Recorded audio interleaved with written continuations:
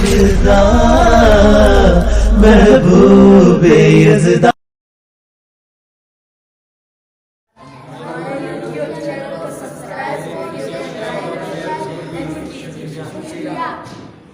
نحمده ونصلي على رسوله الكريم. أما بعد فأعوذ بالله من الشيطان الرجيم. بسم الله الرحمن الرحیم. اللہ سے ڈرنے والوں کو طاقت سے ڈرانا مشکل ہے. اللہ سے ڈرنے والوں کو طاقت سے ڈرانا مشکل ہے. جب خوف خدا دل میں ہو کیسر و کسرا کچھ بھی نہیں. یہ عظمت باطل دھوکہ ہے، یہ سطوت کافر کچھ بھی نہیں. مٹی کے کھلونے ہیں سارے، یہ کفر کے لشکر کچھ بھی نہیں. میرے قابل قدر اساتذہ کرام اور میرے ہم مکتب ساتھیوں، السلام علیکم ورحمۃ اللہ وبرکاتہ.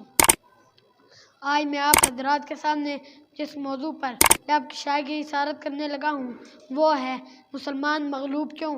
سامعین محترم، اللہ تعالیٰ کا ارشاد ہے وَلَا تَهِنُوا، اور تم ہمت مت ہارو، یعنی کفار کی تعداد سے، مشرکین کے الغار سے، منافقوں کی اذار سے. کیا تم قرآن نہیں پڑھتے؟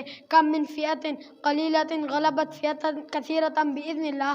چنانچہ تم بدر میں 313 تھے، غلبہ پایا 1000 پر. احد میں 750 تھے، غلبہ پایا 3000 پر. خندق میں 3000 تھے، غلبہ پایا 10000 پر. خیبر میں 1600 تھے، غلبہ پایا لاکھوں پر. حنین میں 12000 تھے، غلبہ پایا 20000 پر. تبوک میں 30000 تھے، غلبہ پایا 20000 پر. جنگ موتہ میں 3000 تھے، غلبہ پایا لاکھوں پر.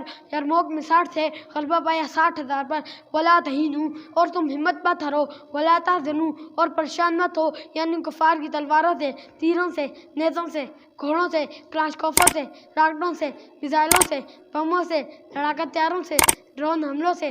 مسلمانوں، بدر میں تمہارے پاس کون سی تلوار تھی؟ احد میں کتنے تیر تھے؟ خیبر میں کتنے گھوڑے تھے؟ حنین میں کون سی کلاشکوفیں تھی؟ یرموک میں کتنے بم اور لڑاکا طیارے تھے؟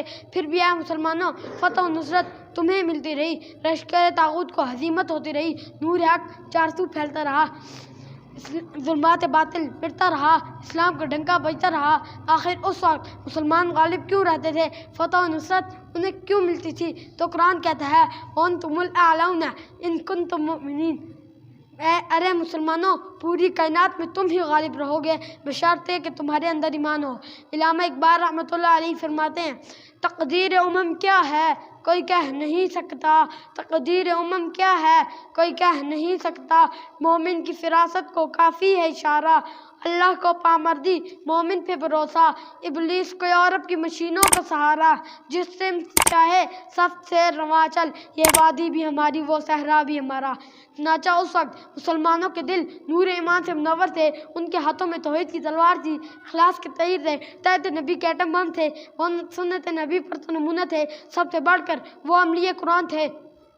ان انصاف کی بدولت وہ حضرات جس طرف بھی نکلتے فتح و نصرت ان کے قدم چومتی گئی. شیطانی ٹولے معدوم ہوتے گئے، شیطانی ٹولے معدوم ہو گئے، کسرا و کسرا پر لرزہ طاری ہو گیا.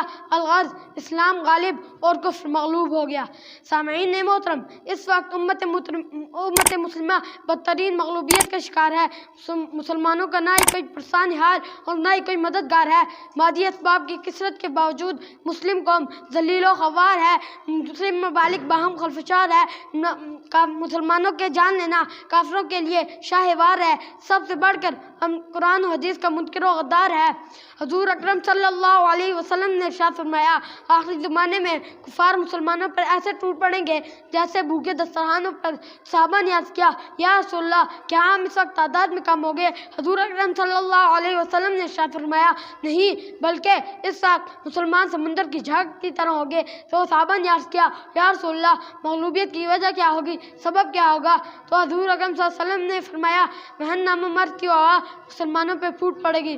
صحابہ نے عرض کیا یا رسول اللہ محن کی کیا مرض ہے؟ تو حضور اکرم صلی اللہ علیہ وسلم نے ارشاد فرمایا حب الدنیا وکراہیت الموت.